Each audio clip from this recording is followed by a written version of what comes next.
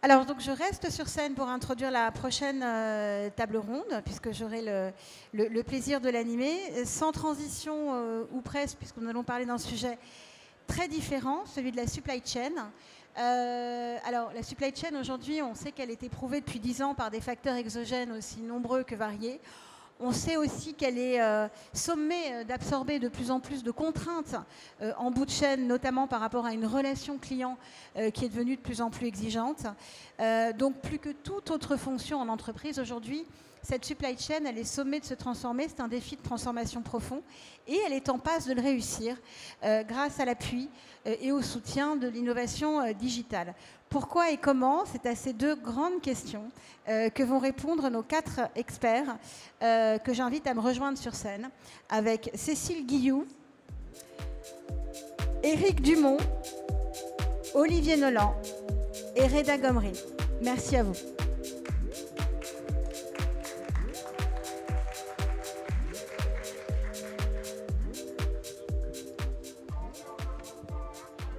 Bonjour. Merci à tous les 4 d'être là. Alors, je vais vous présenter brièvement. Olivier Nolan, vous êtes président directeur général de SAP France, leader en solutions logicielles pour accompagner les organisations dans leur démarche d'innovation comme dans leur démarche de performance.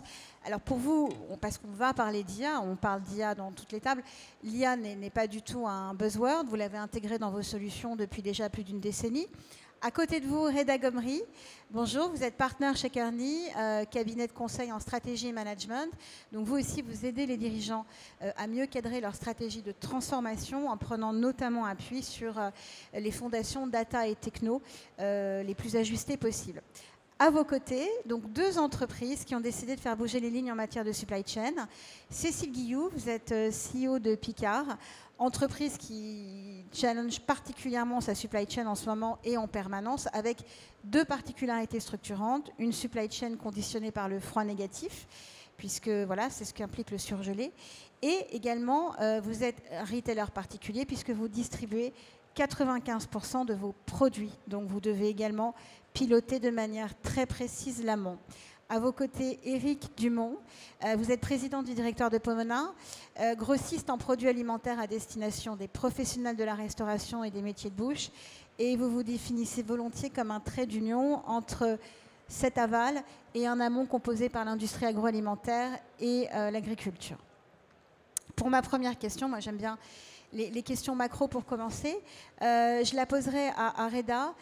Avant de s'interroger sur les défis de la supply chain, je voudrais m'interroger sur l'importance de cette fonction aujourd'hui dans l'entreprise. Qu'est-ce que ça représente? Quel degré d'importance pour ce sujet? Très bien. Bonjour Vanina, bonjour à tous. Donc effectivement, la supply chain aujourd'hui est une fonction névralgique au sein de l'entreprise. Au cœur de la création de valeur. Donc on le voit effectivement, toutes les entreprises aujourd'hui investissent massivement sur la transformation de leur supply chain dans un contexte où finalement cette supply chain est surexposée à des contraintes et à de la complexité.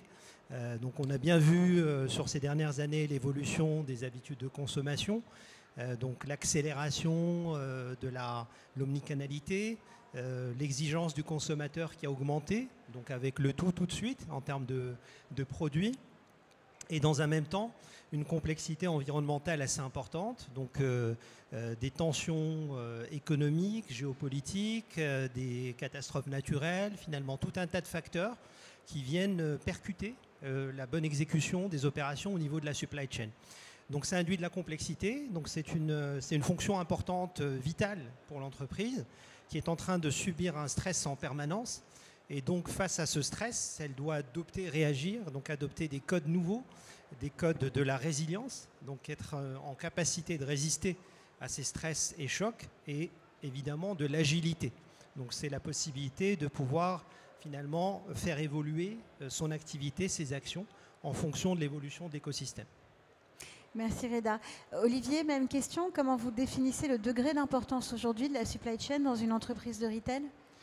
Reda vient d'en parler, donc c'est effectivement c'est beaucoup plus qu'un outil opérationnel aujourd'hui. La supply chain, c'est un pilier stratégique pour une entreprise, et je pense qu'on aura des exemples avec nous aujourd'hui.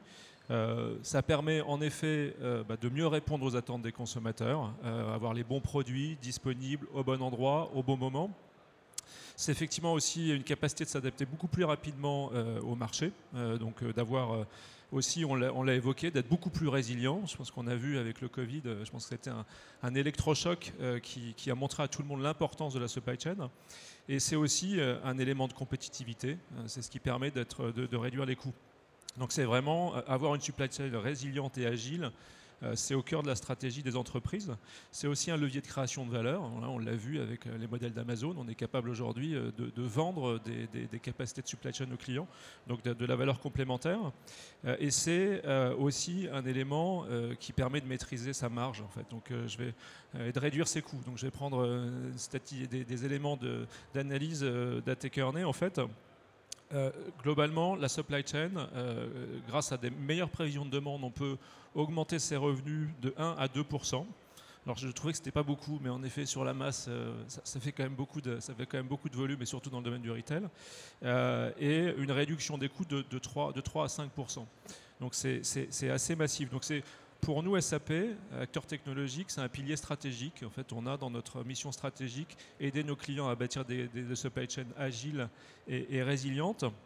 Et je rajouterai un dernier élément, c'est qu'on assiste, il y a beaucoup d'innovations technologiques en ce moment, on assiste à une sophistication extrême de ces supply chains. Ça devient un métier de plus en plus d'expertise et avec des nouvelles technologies qui arrivent en permanence.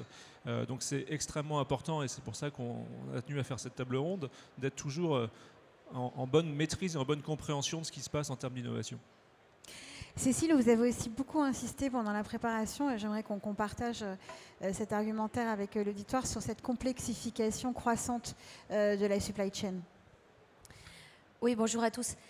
Effectivement, la supply, en fait, il faut imaginer un élastique tendu entre le magasin et donc le consommateur, et puis les usines en amont. Et la supply, c'est l'élastique au milieu qu'on n'arrête pas de tirer. Et en même temps, juste ce qu'il faut, parce que les magasins, ils ont une capacité de stockage hyper limitée. Et en même temps, quand il n'y en a plus, il faut que ça arrive dans les 2 heures. Donc il faut imaginer ce stock tendu. Et le métier en magasin, c'est lui-même beaucoup complexifié. Si je caricature, mais il y a un certain nombre d'années, on prenait les produits disponibles qu'on mettait sur étagère, et après, voilà, ça plaît ou pas aux clients. Et maintenant, il faut tout de suite, maintenant, de la bonne quantité, etc. En omnicanal, évidemment. Et donc, il y a une grande partie de ces complexités. Il y a une partie qui est restée en magasin, mais il y a une grande partie qu'on a ramenée en amont, en fait, que ce soit en supply, en informatique, etc. Ils prennent une partie de cette complexité. Et on voit d'ailleurs que le profil des personnes en supply, en retail, ont beaucoup évolué. C'est un métier qui s'est beaucoup complexifié et professionnalisé.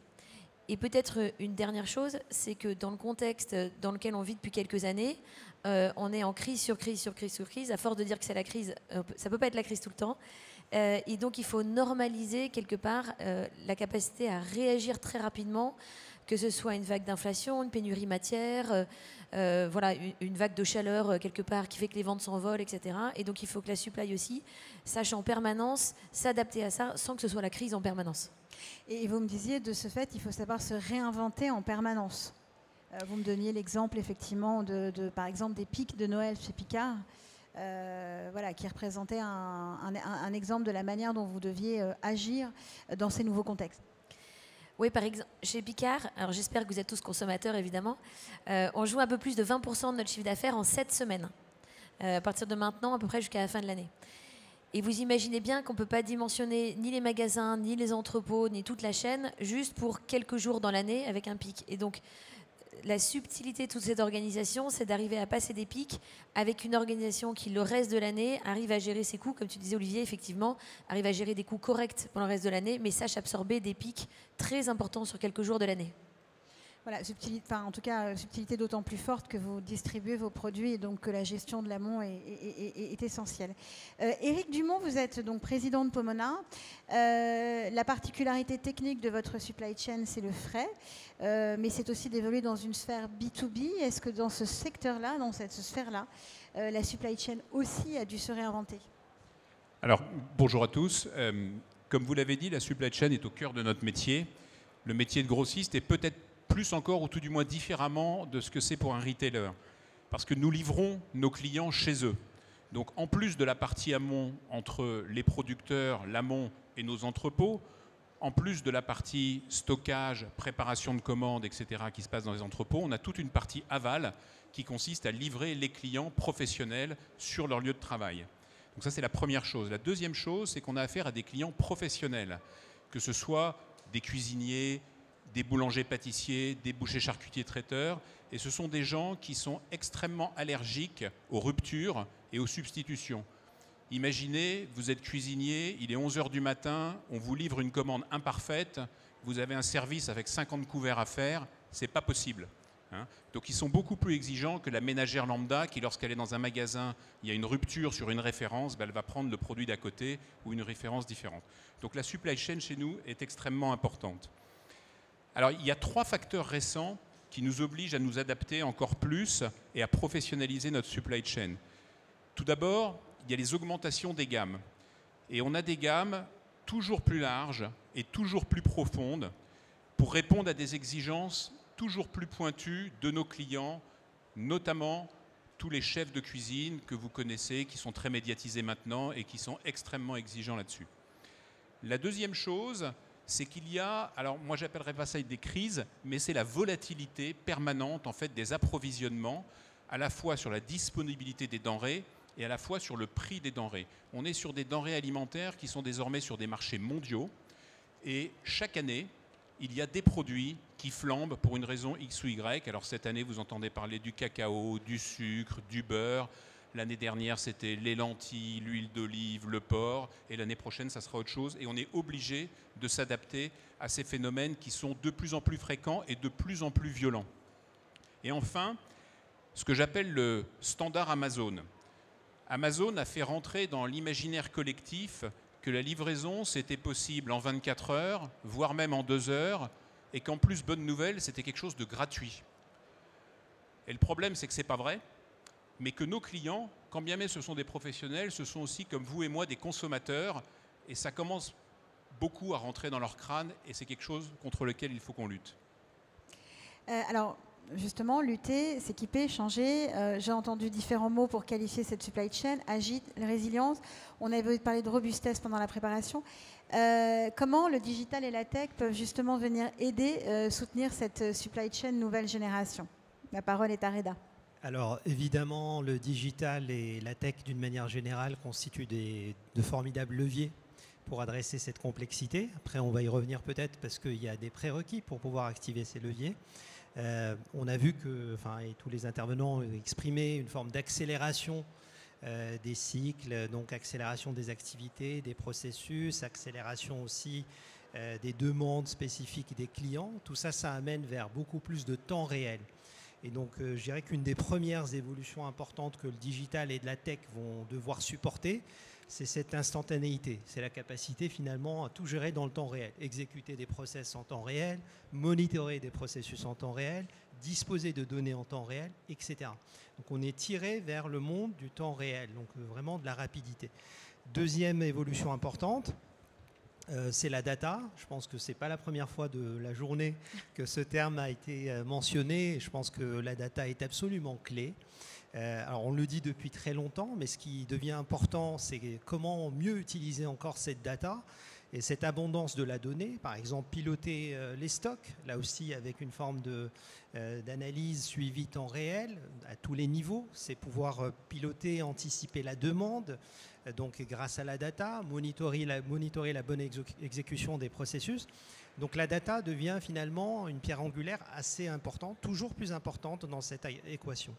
Et troisième élément important, c'est la capacité à prévoir, anticiper. On voit bien qu'on est dans un monde super complexe, avec finalement pour les acteurs de la supply chain une situation de déséquilibre permanent. Donc il faut arriver à prévoir. Et prévoir, c'est utiliser des techniques qui existent aujourd'hui pour la prévision, donc construire des modèles d'analyse de prévision, mais ça veut dire aussi être capable de faire des simulations, ce qu'on appelle en anglais les what-if scénarios. Donc qu'est-ce qui se passerait si tel et tel choc se produisait dans le monde. Eric parlait des fournisseurs et des impacts de la volatilité de la matière première, mais on peut imaginer tout un tas de dimensions qui permettent de fabriquer des scénarios d'analyse. Donc je dirais que pour résumer, Digital et Tech apportent ses capacités sur l'exécution temps réel, sur les aspects data, donc usage étendu de la data, et sur la capacité à se projeter davantage, à prévoir, anticiper. Merci beaucoup Reda. Alors on a donc là évoqué les différents fondamentaux de la supply chain nouvelle génération. Vous Eric, je me permets de rebondir parce que vous aviez énormément insisté sur le sujet de data pendant la préparation. Est-ce que vous pouvez nous dire pourquoi? Oui, alors la data comme si c'était un mot magique, en fait ce n'est plus ni moins que ce qu'on appelait auparavant les données, hein, si on veut dire les choses simplement. Néanmoins, plus les processus sont automatisés, plus on fait appel à des outils informatiques ou digitaux, plus il faut que ces données soient fiables, puisqu'on n'a pas un humain pour éventuellement corriger ce qui pouvait l'être auparavant. Alors dans notre métier, elles sont de deux types, ces données. Il y a d'abord les données produits, qui sont nécessairement, qui doivent être extrêmement fiables, à la fois pour des questions de traçabilité et de sécurité alimentaire, avec des clients qui sont de plus en plus exigeants sur tout ce qui touche notamment aux allergènes. Vous voyez maintenant les compositions ou les fiches techniques des produits, ça devient extrêmement long. Et puis parce que nos clients ou leurs consommateurs, c'est-à-dire nous tous, veulent savoir l'origine des produits. Donc à la limite, on voudrait savoir d'où vient la vache qui est dans les lasagnes surgelées que je vais manger et que je vais consommer. Et donc c'est ce qu'on appelle, nous, la traçabilité end-to-end, et on essaye de mettre à disposition de nos clients ce type de données. Donc ça, c'est sur les données produits. Et puis à côté de ça, on a toutes les données clients. Alors dans le B2B, c'est un peu différent du retail parce qu'on connaît nos clients. Parce qu'en général, ils sont en compte, enfin en général, 99% du temps, ils sont en compte. On a l'habitude de travailler avec eux et ils sont quand même beaucoup plus fidèles que les clients dans la distribution. Néanmoins, il y a des données, et ce qui est très compliqué, c'est de les tenir à jour. Donc il y a tout ce qu'on appelle des données administratives, alors qui est le client, son SIRET, ses coordonnées bancaires, etc. C'est relativement facile.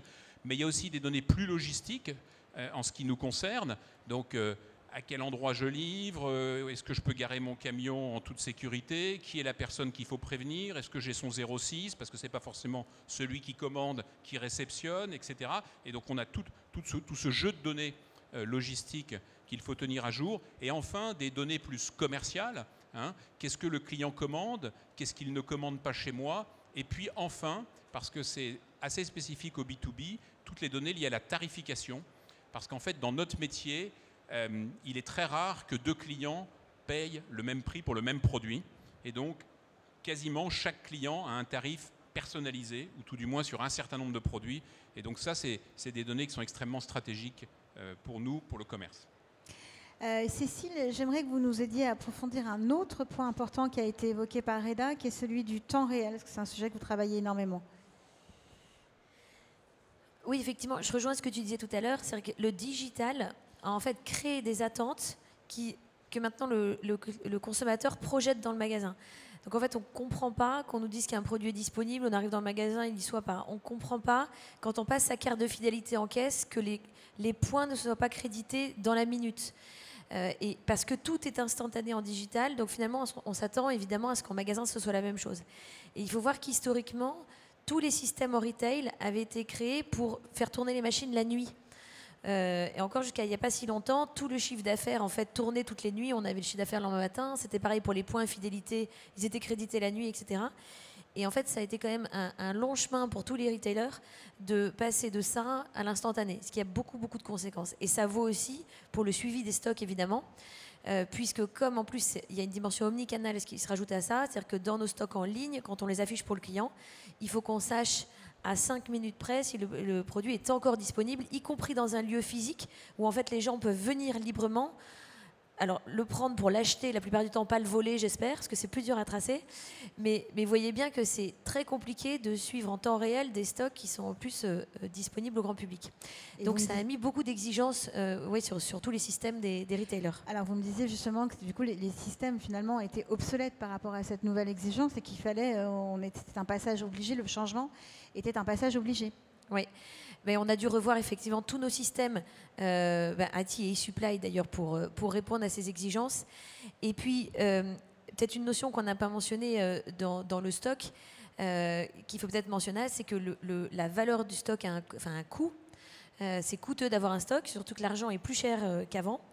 Et donc peut-être une dimension qu'on regardait un petit peu moins, mais qu'on regarde tous de plus près maintenant, c'est aussi de la valeur de ce stock immobilisé. Éviter qu'il y ait du stock un petit peu partout et donc nulle part. Et quand même, voilà, donc à la fois dans nos entrepôts et dans nos magasins, gérer ce flux tendu en permanence en tenant compte de la valeur du stock pour optimiser la chaîne. Il y a un autre sujet qui est le prédictif dont a parlé Reda. Est-ce qu'on peut en parler? Parce que c'est aussi des sujets que vous avez commencé à travailler avec ces nouveaux systèmes que vous avez mis en place. Oui, alors en fait le prédictif, alors c'est peut-être un petit peu différent chez toi Eric, mais peut-être que tu as la même chose. Il y a beaucoup de choses qui rentrent en jeu pour bien prédire des ventes. Vous pourriez nous dire c'est facile, c'est les mêmes magasins, c'est la même chose chaque année, etc. Mais en fait pas exactement. D'abord, on ouvre des magasins chaque année et on ne sait évidemment pas à un instant T où est-ce qu'on va ouvrir les prochains magasins. Ensuite, il y a des gros sujets de saisonnalité, y compris très courtes. Par exemple, il y a un match de foot. Vous pouvez être sûr que les 5 magasins autour vont exploser dans la vente d'un certain produit. Et ça, si vous ne l'avez pas prévu, vous êtes en rupture pendant 3 jours. Il y a des effets de saisonnalité. Il a fait pas beau cet été. Qu'est-ce que vous faites de toutes les glaces qui sont en entrepôt?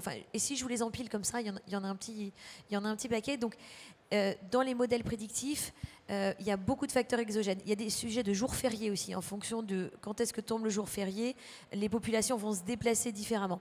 Voilà, donc tout ça pour dire que les modèles prédictifs sont en fait très complexes. Ils sont souvent gérés au niveau de la supply, et d'où ce que je disais d'ailleurs sur la complexité des métiers de la supply. Et avec peut-être une dimension supplémentaire chez Picard, c'est qu'effectivement nous commercialisons quasiment à 100% notre marque à nous. Et donc c'est nous qui donnons les quantités à produire à toutes les usines. On remonte jusque-là. Et donc si on s'est trompé sur un maillon de la chaîne, voilà, quelque part on peut pas appeler Coca-Cola en disant en fait j'ai besoin d'un peu plus que ce que je t'avais demandé, et puis ils se débrouillent avec le stock qui est mutualisé pour tout le monde. C'est pas le cas chez nous. Les productions sont exclusives pour nous, et donc c'est d'autant plus important pour une marque comme la nôtre d'avoir des prévisions justes jusqu'à l'amont. Les plus justes possibles, donc c'est sur ces sujets-là que vous travaillez. Olivier, au-delà de l'exemple de la société Picard avec laquelle vous travaillez, le prédictif, est-ce que c'est un besoin aujourd'hui généralisé pour tous vos clients? C'est effectivement devenu un élément essentiel de la supply chain, comme Cécile vient de le dire en fait. Ça fait déjà 10 ans qu'on parle de prédictif, et côté SAP, on a intégré l'analyse des données, le machine learning, déjà les premières générations d'intelligence artificielle. Ça fait vraiment 5 ans, et je le mentionnais tout à l'heure, la crise Covid qui a vraiment encore accéléré, parce qu'on a vu à quel point ça pouvait être intéressant pour prévoir et anticiper. Donc on est maintenant, on peut dire oui, c'est un besoin généralisé. Après, est-ce que Eric l'a mentionné, derrière le prédictif, l'enjeu c'est la donnée. En fait, on en parle depuis le début. Donc ça veut dire qu'il faut être capable, en tant qu'entreprise, de produire une donnée de qualité. On parlait aussi de temps réel, donc d'avoir cette donnée accessible, une donnée qu'on puisse interpréter de la bonne manière. Donc les entreprises ont un enjeu de transformation. Et on a ces projets avec tous nos clients aujourd'hui pour faire en sorte que leur cœur numérique soit capable de produire de la donnée temps réel de qualité. Ça, c'est un premier élément pour alimenter le prédictif. Et le deuxième élément que Cécile a aussi évoqué, c'est la capacité que l'on a à croiser ces données internes de l'entreprise avec des données externes. Donc des données météo, mais aussi des données événementielles. Je parlais d'un match de foot, mais voilà, pour pouvoir améliorer ce prédictif au maximum. Donc de notre côté, c'est effectivement donner la capacité à nos clients d'avoir sa donnée de qualité et de l'interpréter de la meilleure manière possible, et pour pouvoir se dire qu'en effet, ce que je vais vendre à Marseille, c'est pas la même chose que ce que je vais vendre à Lille, et donc mon assortiment sera pas le même, et j'aurai besoin de prévoir différemment. Reda, même besoin pour les clients que vous accompagnez? On a aussi cette demande généralisée de prédictif? Même besoin, effectivement, pour abonder dans le sens de Cécile, Olivier, donc de plus en plus de demandes autour des modèles prédictifs, avec quelques particularités. La première, c'est finalement des horizons de temps pour la prédiction plus courts, donc la volonté de prévoir, mais sur des échéances de temps relativement courtes, c'est-à-dire savoir ce qui va se passer de manière très très immédiate dans les prochains jours, dans les prochaines semaines. Et puis, ce qui est intéressant aussi de noter, c'est que les entreprises, au fond, elles bougent tout le temps. Donc, il y a une évolution structurelle des organisations qui fait qu'elles ouvrent de nouvelles filiales un peu partout, des points de distribution. Donc, l'entreprise est constamment en mouvement. Et donc il faut arriver à stresser ces modèles ou faire tourner ces modèles, même quand on n'a pas beaucoup d'informations, d'observations sur un site en particulier, une géographie, de nouveaux points de distribution. Donc c'est là que l'exercice devient un peu plus complexe. Et ce qui est fondamentalement important, c'est aussi, après avoir lancé ces prévisions, donc évaluer les possibilités d'évolution de la demande, par exemple, et c'est de tirer des enseignements et se constituer une forme de mémoire dans l'entreprise grâce à la data. C'est-à-dire finalement tirer parti de ces prévisions et évaluer post-prévision quels étaient les écarts réels entre les situations rencontrées et la prévision, et tirer parti de cette information, parce que ces écarts vont corriger les modèles et vont permettre de construire une mémoire finalement des situations qui va être utile pour affiner de proche en proche les modèles de prévision qui deviennent de plus en plus sophistiqués, comme Cécile l'a évoqué. Avec une abondance de data. Alors, prochaine question, vous n'y couperez pas. On parle de l'IA quasiment sur toutes les tables rondes, donc on est obligé aussi d'évoquer ce sujet. Est-ce que l'IA est un accélérateur de valeur pour la supply chain ? Olivier, par exemple ? Je crois que c'est pour moi. Alors oui, on a déjà répondu oui. Après, par rapport à votre question, je disais, l'IA, c'est pas nouveau. Ça fait 10 années qu'on parle déjà d'intelligence artificielle. Ce qui est nouveau, c'est ce qu'on appelle l'intelligence artificielle générative. Donc c'est cette nouvelle génération d'intelligence artificielle qui permet, qui devient un nouveau levier de valeur et d'innovation pour les supply chains. Donc ce que va permettre l'IA générative aujourd'hui, c'est d'automatiser encore plus de tâches et d'apporter encore plus d'intelligence et surtout de faciliter la prise de décision. Donc pour donner quelques exemples de ce que peut apporter l'IA générative en termes d'automatisation de tâches, typiquement comment optimiser, et je pense que c'est quelque chose qui est impactant pour vous deux, les itinéraires, comment on va, grâce à cette IA, non seulement optimiser les itinéraires, mais pouvoir les reconfigurer quasiment en temps réel en fonction des événements, et de manière quasiment automatique. C'est aussi la création de modèles d'emballage qui soient plus optimisés pour les contraintes de transport. Je le disais au début, l'adaptation permanente à des problèmes qui peuvent se poser. C'est aussi un autre élément qui peut être l'automatisation des assortiments en fonction du client. Je suis sur un site web, je vais avoir un assortiment qui va être proposé, qui est beaucoup plus adapté à qui je suis. Voilà, donc on parle beaucoup aussi maintenant d'agents autonomes, d'agents intelligents autonomes chez les fournisseurs de solutions technologiques. Donc ce sont des agents d'intelligence artificielle qui vont avoir une fonction spécialisée et qui vont permettre d'automatiser au maximum. Un autre élément qu'il est important de prendre en compte avec cette génération d'intelligence artificielle, c'est la manière que l'on a d'interagir avec ces systèmes en fait. On voit apparaître des notions de copilote. Sur les solutions SAP, les nouvelles générations, on intègre un copilote dans nos solutions qui permettent de complètement de révolutionner la manière qu'on interagit avec les systèmes. Auparavant, il fallait être très expert pour interagir avec les systèmes SAP, entre autres. Maintenant, on va pouvoir interagir en langage naturel. Donc ça veut dire que ça a aussi un impact sur la manière de travailler. On va pouvoir être expert en supply chain et pas forcément être expert en technologie et du coup pouvoir demander l'assistance des outils en fait. Et donc on parle de plus en plus d'humains augmentés et donc de capacité à prendre des décisions plus facilement grâce à ces générations. Reda, vous aviez tout de même une mise en garde sur le sujet IA et IA générative. Oui, absolument. En fait, la mise en garde, c'est assez souvent, on se rend compte que dans des discussions, il peut y avoir une tendance à la simplification à l'extrême, en se disant oui, mais il ne faut pas s'inquiéter, l'IA va résoudre les problèmes. Et la mise en garde, c'est de se dire finalement l'IA, ce n'est pas une solution magique. Donc nous, dans la pratique, dans l'accompagnement de nos clients, les points d'attention forts, c'est vraiment construire des fondations technologiques solides. C'est ça qui prime véritablement. Il n'y a pas d'IA sans fondation tech, sans fondation data. Donc c'est vraiment investir dans ces fondations d'abord. Ensuite, évidemment, il y a tout un tas d'usages que l'IA apporte. Olivier les a très bien résumés. Donc il faut adopter ces usages nouveaux, qui d'ailleurs s'apparentent plus à de l'intelligence augmentée que de l'intelligence artificielle. En réalité, c'est de la connaissance en plus, de l'accès plus facile à la connaissance pour les opérateurs. Donc je dirais que c'est très important de discerner finalement ce que l'IA est capable d'apporter, mais surtout ce que les fondations technologiques et les sous-jacents doivent être pour que cette IA s'exprime complètement dans les organisations. C'est vraiment nos recommandations systématiquement dans les entreprises où on intervient. On se rend compte qu'il y a un écart entre l'investissement dans des use cases qui restent à des stades, par exemple, de prototypes, là où parfois les fondations technologiques ou en termes de data ne sont pas encore prêtes pour pouvoir supporter de l'automatisation, de la création d'agents intelligents, des modèles analytiques avancés, etc. Donc c'est vraiment cet équilibre qu'il faut arriver à trouver, investir suffisamment dans les fondations et ensuite tirer parti de ces innovations et technologies autour de l'IA. Sur ce sujet IA, est-ce qu'on peut avoir les retours d'expérience de Picard et Pomona ? Commençons peut-être par Cécile.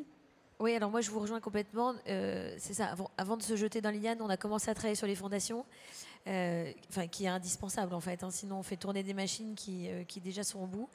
Et dans le nettoyage de données, ce que tu disais aussi tout à l'heure, c'est-à-dire que si on fait tourner des machines sur des mauvaises données, et en fait elles peuvent être nombreuses, on peut compter des clients en double, en triple, on peut mal compter des produits, on peut mal les chaîner.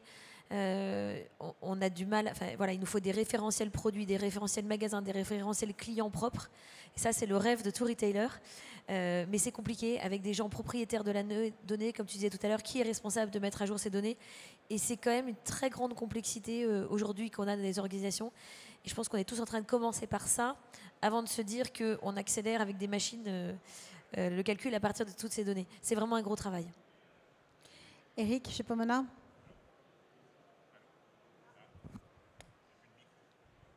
J'ai plus de micro, mais ça va, merci. En ce qui nous concerne, c'est un sujet très honnêtement qui est très nouveau, hein, qu'on démarre à peu, qu'on démarre à peine. En fait, on vient tout juste de démarrer. On a lancé une dizaine d'initiatives dans l'entreprise pour essayer de comprendre en quoi l'IA pouvait nous aider dans notre métier, hein, donc pas pour faire de la cosmétique. Et ça va de sujets aussi bêtes et triviales que traduire des modules de formation en français, en espagnol pour nos équipes espagnoles, jusqu'à des choses plus compliquées qui sont élaborer des propositions d'approvisionnement pour nos acheteurs de produits frais. Parce que Cécile disait tout à l'heure, quand on se retrouve avec des stocks de glace trop importants, c'est embêtant, mais à la limite, on peut les garder. Quand on se retrouve avec des stocks de produits ultra frais trop importants, c'est très embêtant parce que ça finit à la poubelle. Donc l'idée pour nous aujourd'hui, c'est d'apprendre et d'essayer de mieux comprendre en fait, hein, pour voir dans quelle mesure, à quelles conditions, en tant que système, en tant qu'humain, à quel coût aussi, parce que je pense que tout le monde croit que c'est magique et gratuit. Je pense que ça sera ni magique ni gratuit. Et puis, quels IA, quels modèles d'IA, quels moteurs d'IA sont appropriés en fonction des différents sujets. Et je pense que selon les sujets que l'on veut traiter, ça ne sera pas forcément les mêmes réponses. Donc on essaye un peu d'explorer ça, mais on en est vraiment aux prémices, très honnêtement. Autre sujet dont on a beaucoup parlé pendant ces 2 jours de conférence, la sustainability. Qu'est-ce qu'on peut en dire quant à son champ d'application sur la supply chain ? Olivier ? Vous l'avez dit, je pense que c'est effectivement un enjeu majeur aujourd'hui pour tous les acteurs, sur la pression des consommateurs, sur la pression des investisseurs, sur la pression des gouvernements, de plus en plus de réglementations. Donc, et c'est aussi, je pense que pour les entreprises, c'est critique pour la compétitivité à long terme. En fait, on doit se préparer pour être compétitif sur le long terme. Donc la supply chain, bien évidemment, elle a un rôle majeur dans ce domaine. Elle est directement responsable d'une grande partie des émissions carbone, des impacts environnementaux, socio-économiques des entreprises. Donc c'est extrêmement important, c'est une nécessité stratégique pour les entreprises. Nous, en tant qu'acteurs technologiques, il y a 2 axes sur lesquels on travaille. Le premier axe, on l'a évoqué, on parle d'intelligence artificielle, de prédictif. Donc tous ces éléments-là, ils sont de nature à pouvoir optimiser la réduction de l'empreinte carbone. Donc on va optimiser les transports, on va optimiser les circuits courts, on va chercher ce qui va finalement permettre de réduire l'empreinte carbone. Je parlais des emballages, nous on a des solutions aujourd'hui pour travailler sur la réduction carbone en fonction des différentes configurations. Et il y a un deuxième axe qui est la traçabilité. Donc tu l'évoquais, il faut que vous soyez en mesure de tracer, de pouvoir expliquer à vos consommateurs ce qui s'est passé sur toute la vie du produit. Et puis, derrière ça, il y a des exigences réglementaires qui pèsent de plus en plus sur les entreprises. Et de notre côté, on a annoncé, on est très connu pour ce qui est de la comptabilité financière, mais on essaye d'appliquer notre rigueur sur la comptabilité financière à la comptabilité carbone, en fait. Donc, de proposer aux entreprises ce qu'on appelle un Green Ledger. Merci. Comment vous évoquez, donc pareil, cas d'usage, en tout cas application chez Picard et Pomona, quel est votre point de vue aujourd'hui sur la sustainabilité, comment vous la travaillez? Alors, nous, on l'a abordé par un label qui s'appelle Fred 21, qui est une façon pour nous de nous guider aussi dans la démarche sustainability en supply chain qui s'inscrit dans le programme plus global chez Picard. Avec des choses qui sont très spécifiques, vraiment RSE type, avec quel type de camion on roule, avec quel type de partenaire on travaille. Et puis des choses qui finalement rejoignent le sujet d'optimisation de la supply chain, puisque finalement les deux intérêts se regroupent. C'est par exemple comment on remplit mieux les camions, comment on parcourt des distances plus courtes, comment effectivement on optimise la taille des contenants pour en mettre le plus possible. Voilà, donc c'est à la fois des objectifs spécifiques RSE et des objectifs qui sont RSE et optimisation supply chain. Et c'est un travail continu d'amélioration, on n'a jamais terminé. Eric, côté Pomona? De notre côté, c'est un petit peu la même approche. Donc on a travaillé, nous, sur ce qu'on appelle le scope 1 et 2. Donc on ne s'est pas focalisé pour l'instant sur le scope 3, qui représente, pourtant, on le sait, un impact très important. Mais on s'est dit, occupons-nous déjà de nous, ça sera déjà bien. L'enjeu de notre bilan carbone dans le métier de Pomona, c'est 80% nos livraisons et 20% nos entrepôts. Donc c'est extrêmement simple et à la fois extrêmement compliqué. Donc la première chose, c'est comment est-ce qu'on peut limiter ou réduire l'impact carbone de nos livraisons, sachant que, quoi qu'on en dise, on ne peut pas livrer ni en tapis volant ni en vélo, parce que nous, on a des clients à qui on livre en moyenne 200 kg de marchandises. Ce n'est pas un AirPod ou un hamburger que peut prendre un gars dans un vélo. Et donc, il faut continuer à optimiser nos tournées de livraison. Donc, on a des outils pour ça. Il faut massifier les livraisons. Et donc, il faut mieux expliquer à un client qu'au lieu de le livrer 50 kg tous les jours, il faut mieux le livrer 150 kg 2 fois par semaine. Donc ça, c'est contraire à ce que Amazon nous explique tous, puisqu'il vous livre n'importe quoi, ce que vous voulez, n'importe quand.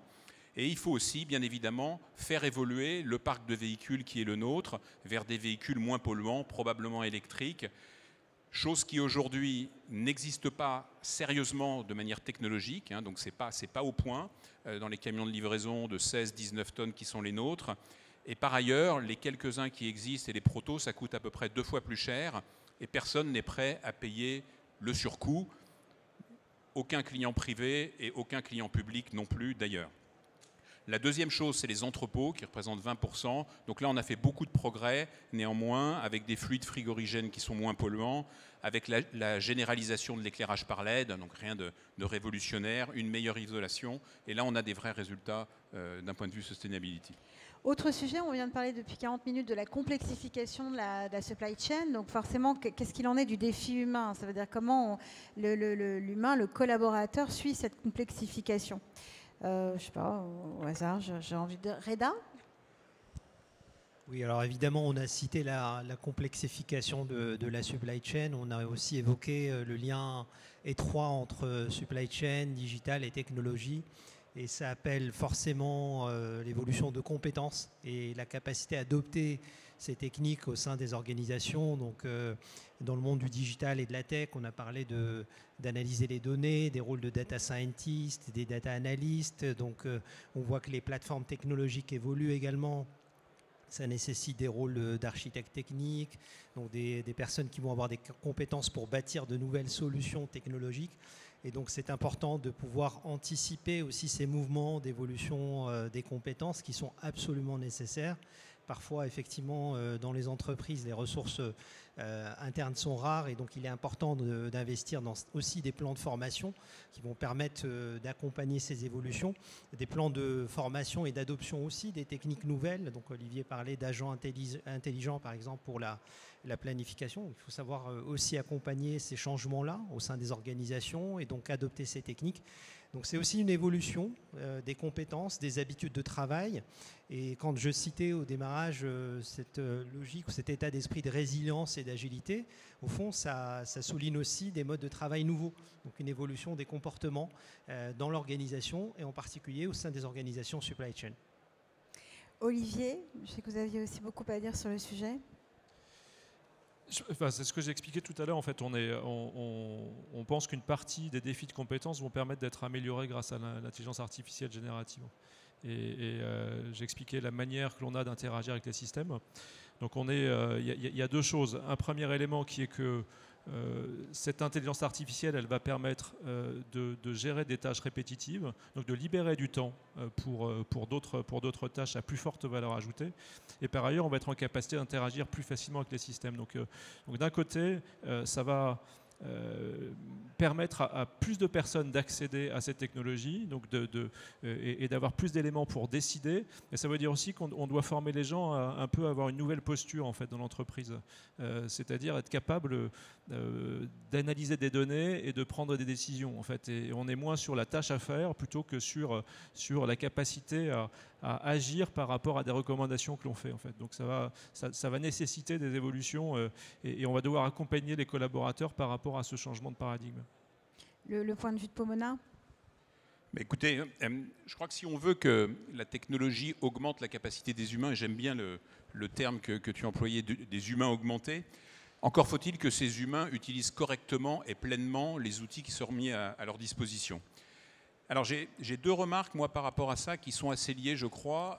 D'une part, jusqu'à il n'y a pas très longtemps, dans la grande majorité des entreprises, la grande majorité des outils informatiques qui étaient mis à disposition des collaborateurs étaient beaucoup moins user-friendly que ce que les gens ont dans leur vie personnelle. Et ça, les gens ont de plus en plus de mal à le comprendre et à l'accepter. Et la deuxième chose, c'est qu'on a un turnover qui est plus rapide que ce qu'il a été il y a 15 ans ou il y a 30 ans dans les entreprises. Et donc, il faut qu'on ait des outils sur lesquels les gens soient capables de monter en compétences rapidement. On ne peut plus dire, ben oui, il faut 2 ans pour appréhender le système, ou il faut 6 mois pour appréhender le système. Au bout de 2 ans, la personne, elle a changé de job ou elle est partie, et au bout de 6 mois, c'est aussi beaucoup trop tard. Donc il faut des outils qui soient beaucoup plus user-friendly et qui soient beaucoup plus faciles à appréhender et à pouvoir tirer parti de l'ensemble des capacités des outils informatiques. On rentre dans la dernière partie de la table ronde. On s'est dit tout ce qu'il fallait faire. On s'est donné tous les enjeux. Est-ce que les entreprises sont prêtes ? Quel est aujourd'hui le niveau de maturité de ces entreprises par rapport à tous les enjeux qu'on vient de détailler ? Je vais répondre. Ouais. Globalement, les entreprises sont tous conscientes des investissements massifs qu'elles doivent réaliser en technologie pour se transformer et pour être capables d'être compétitives sur leur marché. Je pense que le secteur du retail, tout particulièrement, et avec l'arrivée d'Amazon il y a quelques années, a été globalement challenger les premiers. Donc il y a eu, et quand on voit l'affluence à Tech for Retail, on comprend qu'en effet, il y a une prise de conscience qui est très forte. Donc tout le monde comprend que les investissements sont essentiels. Ce qui a été évoqué lors de la table ronde, c'est tout le monde aussi comprend que finalement, il faut que les fondamentaux soient solides pour que la promesse soit là. Donc il faut qu'on investisse sur son cœur d'entreprise parce que c'est ce qui va permettre finalement de réaliser la promesse. Donc ça, c'est un premier élément. Et ensuite, on l'a vu, c'est ça qui va permettre de délivrer le potentiel, la valeur incrémentale par les nouvelles technologies. Il y a un autre élément, c'est qu'on est dans une accélération. Il y a de plus en plus d'innovations, donc c'est difficile pour les entreprises de suivre. Et c'est à nous, acteurs de la technologie, aussi de les aider. Et ça veut dire, quand on parlait d'intelligence artificielle tout à l'heure, c'est finalement introduire de plus en plus, intégrer dans nos produits ces nouvelles générations. Donc c'est pas finalement vous laisser choisir ou faire vous-même le scénario d'IA qui vous va bien, mais c'est nous de le prévoir, en tout cas sur ce que l'on sait, et vous donner la capacité de faire ce qui est le plus important pour vous grâce à des technologies les plus simples possibles. Donc voilà, après ce sont des investissements importants, et donc il y a un trade-off à faire avec les nombreux investissements que toutes les entreprises ont réalisés. Reda, votre appréciation de cette maturité ? Alors oui, effectivement, je rejoins totalement la prise de conscience des entreprises. Clairement, les entreprises sont consciente de l'importance de la supply chain et de sa transformation. Je pense qu'il y a malgré tout un certain nombre de défis qui se posent à nos clients. On a parlé des défis liés aux fondations technologiques data, mais je pense que l'un des plus grands défis est aussi lié à l'organisation, à la manière d'opérer finalement au sein des entreprises, donc ce qu'on appelle l'operating model, l'organisation, la fragmentation parfois des organisations, des processus, l'hétérogénéité des processus, l'hétérogénéité des modes de travail. Donc ce sont des défis éminemment importants donc, qui viennent percuter les entreprises et quelque part aussi les challenger dans l'évolution autour de la supply chain. Donc je pense que oui, il y a une prise de conscience, mais il y a une réalité aujourd'hui qui est la complexité des entreprises qui fait qu'elles ne peuvent pas aller aussi vite que les innovations, comme tu le disais. Et Cécile, alors vous avez profondément et significativement investi en termes de modernisation de vos fondations technologiques dont on parle. Est-ce qu'on peut revenir justement sur cette démarche et vos premiers cas d'usage ? Oui, alors il y a une première décision qu'on a prise, et ça rejoint un peu ce que vous disiez, c'est que depuis quelques mois chez Picard, on a regroupé managérialement supply et informatique. Donc c'est le même patron en comité de direction de Picard qui dirige les deux, ce qui a un peu surpris comme décision au départ. Et en fait, on le remarque dès les premiers jours, les équipes d'avoir été hyper contentes de travailler ensemble parce qu'avec tout ce qu'on vient de se dire en fait, sur la tech, dans la supply, etc., en fait, ça marche très bien ensemble et ça va beaucoup plus vite. Et y compris vis-à-vis des autres, c'est-à-dire dans les autres métiers, ils ont finalement plus qu'un interlocuteur pour aller gérer la complexité de l'amont et parler d'une seule et même voix. Ça va aussi en fait, réduire le nombre de personnes dans les comités de direction et d'aller beaucoup plus vite dans l'agilité de toutes les décisions qu'on vient de dire. C'est quand même, ça reste de l'humain, mais c'était une décision majeure quand même pour faciliter tout ce qu'on vient de se dire. Dans les cas d'usage, effectivement, on vient de faire un investissement très important avec SAP en choisissant de monter de version, qui en fait, on parlait de fondation solide tout à l'heure, qui est en fait un des prérequis pour ensuite avoir plusieurs cas d'usage. Après, il faut que les organisations elles aient le temps d'ingérer les cas d'usage. Et donc, moi, je te rejoins Eric aussi. Il faut faire cas d'usage par cas d'usage, en partant du cas d'usage métier et pas de l'innovation pour l'innovation dont on ne sait pas quoi faire. Parce qu'après, il faut qu'on ait le temps de l'ingérer dans nos organisations. Voilà. Et Dieu sait qu'il y en a des cas d'usage. Alors, Eric, sur l'innovation, vous avez une règle qui est celle du 80-20 que j'aime bien. Est-ce que vous pouvez nous la partager ? Oui, alors c'est pas exactement le 80-20, mais le principe, c'est un peu ce qui a été exposé ici, c'est que avant d'innover, encore faut-il, avant de pouvoir innover, avant d'espérer pouvoir innover, il faut avoir un socle, il faut avoir une colonne vertébrale qui soit hyper solide. Parce qu'en fait, dans nos métiers, et c'est le cas chez Picard également, ça ne s'arrête jamais. On travaille 365 jours par an et les clients attendent que l'entreprise soit opérationnelle tout le temps. Donc quand bien même on doit faire des bascules, des évolutions, ça se fait en live le dimanche après-midi et point à la ligne. Et donc il faut un socle extrêmement solide. À partir du moment où ce socle est solide, là on peut commencer à faire de l'innovation et on peut commencer, j'ai envie de dire, à s'amuser, entre guillemets, avec la supply chain. Donc à ce titre, nous on a lancé l'an dernier chez TerAsure, qui est notre branche qui commercialise tout ce qui est fruits et légumes frais et produits de la mer frais, on a lancé le premier site marchand pour les professionnels dans ce domaine, qui réalise désormais presque 8% du chiffre d'affaires de la branche. Je peux vous dire que c'est assez génial, mais c'est très compliqué parce que ce sont des produits qui varient tous les jours. Ce n'est pas les mêmes origines, ce n'est pas les mêmes calibres, le prix change tous les jours. Donc quand on parlait de données tout à l'heure, c'est hyper compliqué à gérer. Et là, ça marche, mais les clients qui sont des professionnels nous attendaient là-dessus. De la même manière, avec nos clients de la restauration collective, on met à leur disposition dans leur espace client toutes les données qui sont attendues par la loi Egalim, à savoir la part de produits bio qu'ils cuisinent, la part de produits qui sont tracés, que ce soit produits français, produits régionaux, produits sous label de qualité, ce qui leur permet de suivre leurs engagements. Et enfin, on va même jusqu'à mettre à disposition de nos clients des fiches de nos producteurs, des vidéos des producteurs, et ils adorent ça parce que ça leur permet de montrer à leurs convives, voilà le produit, il vient de là, il a été élevé à tel endroit, tel fromage, telle viande, etc., etc. Mais pour faire ça, il faut être sûr que c'est le bon produit qui est arrivé dans le restaurant, et donc il faut que votre data, votre supply chain et votre informatique soient hyper calés, parce que sinon c'est pire que tout. Alors on a encore 3 minutes, on arrive sur le mot de la fin pour se quitter. Qu'est-ce qu'on a envie de dire en quelques phrases chacun pour conclure ce grand sujet du retail qui est la supply chain. Peut-être commencer par Cécile. Alors moi, je ne peux pas vous parler de supply chain, mais je vais vous dire, allez faire vos courses de Noël chez Picard, évidemment. Forcément. Et j'espère que la supply chain, mais je sais qu'elle l'est, sera suffisamment robuste pour que vous ayez tout ce dont vous avez besoin pour que Noël soit magnifique. Donc c'est ce qu'on ira vérifier d'ici quelques jours ou quelques semaines dans les magasins Picard. Éric ? Oui, alors en ce qui me concerne, je vais dire quelque chose d'un petit peu contraire à ce qu'a dit Cécile tout à l'heure. C'est que de notre côté, de notre point de vue, aujourd'hui, avant d'être de l'informatique, c'est de la supply chain. Et que c'est un sujet métier, de mon point de vue, et que c'est un sujet métier qui doit être travaillé avec les équipes commerciales et avec les équipes supply chain. Et l'informatique viendra apporter des solutions, mais ce n'est pas l'inverse. En tout cas, c'est comme ça que nous, on l'a appréhendé. Olivier et Reda ? On ne peut qu'être d'accord avec ce que vient de dire Eric. Alors moi, je vais faire ma page de pub aussi. Venez nous voir sur le stand SAP. Globalement, on a vu que c'est un sujet stratégique. Et moi, mon message, c'est innover. Donc, faites la rénovation de votre cœur système, comme on l'a évoqué. Faites en sorte d'avoir une data de qualité et pour vous permettre d'innover et de rester concurrentiel sur vos marchés. Très bien. Donc moi, je vais citer Henry Ford qui disait l'enthousiasme est à la base de tout progrès.